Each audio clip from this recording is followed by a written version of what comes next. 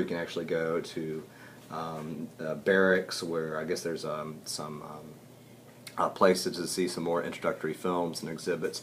But basically they said that about half of the folks don't even go to those other exhibits.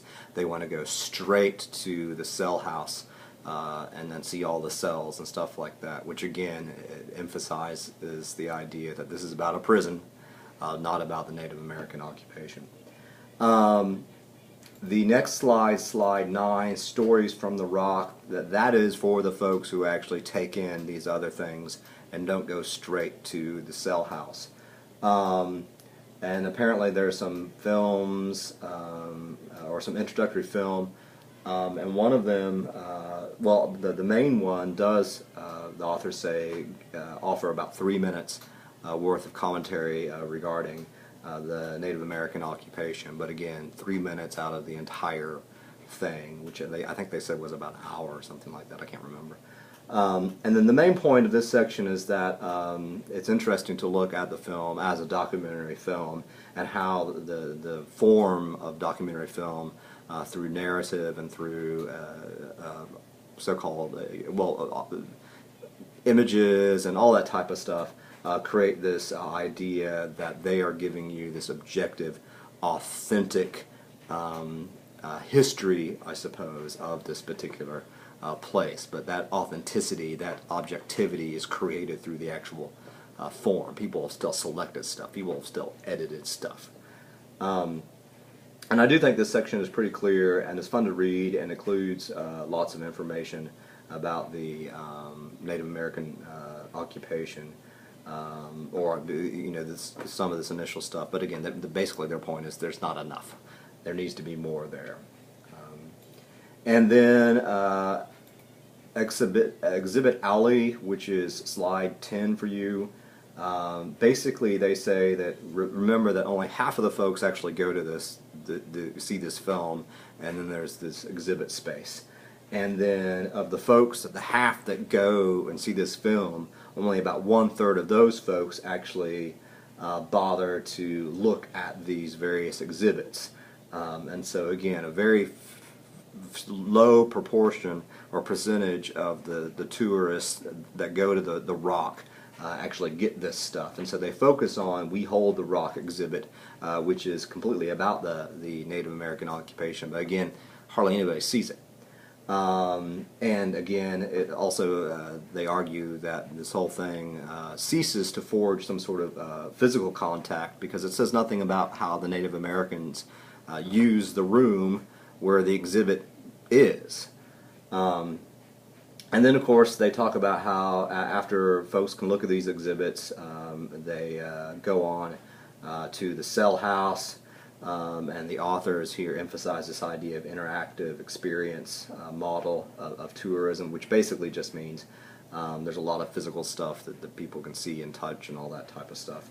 But again, they argue even if folks go see the film, even if folks go to the exhibit, the cell house is the thing, and the whole idea of this as a prison completely overwhelms any opportunity or to sort of read this as this is a place where the Native American occupation took place, civil disobedience in response to government abuse, all those possibilities, that it's not there.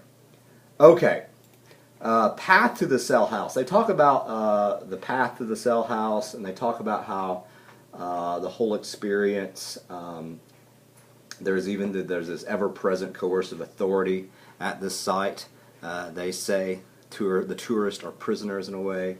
And one of the things they say is they're walking, you can see where the Native Americans lived, but it looks like such a mess, I guess, that it's hard to think that people actually lived there.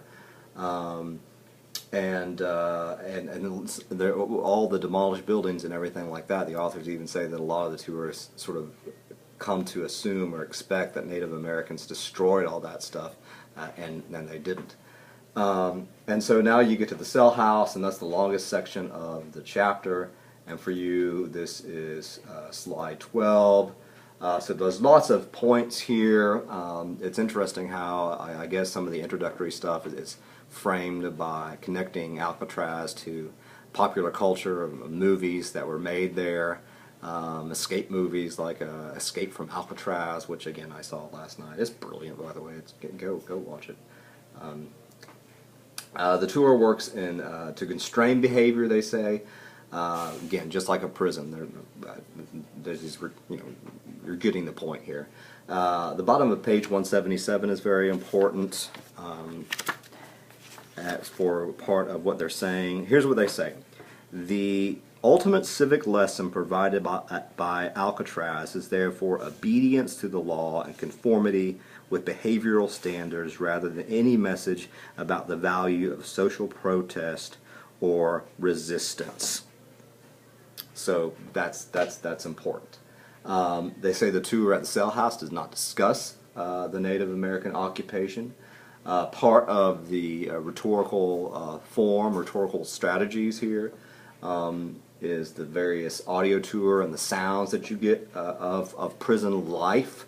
There's another really important key point on the bottom of page 178. Ultimately, they say, the story of Alcatraz conveyed through the audio tour and the visitor's direct experience of the cell house vividly brings to life the power of authorities to discipline those who break society's rule. Again, a lot of the same recurring ideas here. And then there's a good point about the cell house here as a big house tour trying to recreate what stuff looked like. That's on the top of page 178. And basically, it's this idea that you see what the cells look like. You can imagine, Al Capone or somebody in there. If you have the audio, you can hear all these sounds of prison life. You can touch the bars, and the audio suggests that you go in the cells and all that type of stuff. So that's sort of cool. And then equally important to all this, they say, is what the tourists don't get to see. And that's on page 179, that middle paragraph. They say, equally important here is what visitors do not get to experience. There are no cells on the tour outfitted as they were during the Native American occupation, even though they do exist in off-limits locations. And so they don't get to see that stuff. And that's always important when you're analyzing any sort of place of public memory or memory place. What's not there? That's a really important thing to always think about. Cell House tour continued. There's another big critical point on the bottom of page 80 where they say, most critically, the Cell House tour brings the visitor into physical contact with the prison and indeed explicitly invites the tour to experience the prison directly. For example, while illustrating the difference between the flat steel bars used in the military prison and the more rugged bars of the civil prison, the tour exhorts the visitor to put your hands on the bars. Go ahead, touch the bars. As the first direct suggestion to the visitor to touch something in the facility, this dialogue has to encourage him or her, no doubt accustomed to the no-touching injunction almost universal to museums, that it's really okay to touch things here in Alcatraz. So that's pretty interesting. And once the tour is done, one of the things that's really interesting is that apparently part of the tour or the audio is don't steal stuff. That you'll be incarcerated, I guess, if you steal the audio tour of a prison. And then there's another big point on page 181 in the middle. They say this, the essence of the public experience of Alcatraz is precisely this identification with law-abiding fellow Americans and division from the incarcerated criminals who inhabited the prison. Based on their vivid physical and emotional experience with what was once the ultimate model of coercive incarceration in the United States, it is difficult to imagine that visitors will retain messages about the Native American activism on the island from the orientation film, exhibit room, and periodic examples of graffiti. And then they talk about the gift shop. It's always important, I think, to think about the gift shop or gift shops when you are doing a tour like this, because they offer stuff as well. Apparently you can buy pieces of the rock to take home with you. Very cool.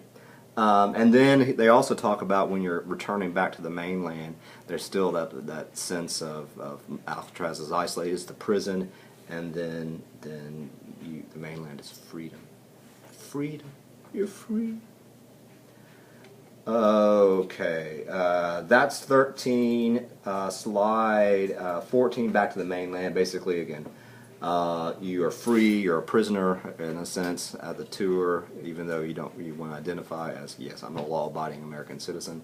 I'm not going to do anything to rock the boat or to boat the rock. There you go. And you got you some freedom when you're at the mainland. You go to McDonald's afterwards and get you some freedom fries. Tastes like patriotism. And then the conclusion is really pretty good and pretty clear. And one of the main things it does is basically, again, say what they think the tour could do to make it better, so folks would have a better understanding of the Native American occupation and a better understanding of the role of civil disobedience in our democracy or something like that. But you can read that. I think the most important bit is the last few sentences in the very final paragraph, the most important stuff of the conclusion. And basically it says here, in its present form, where am I?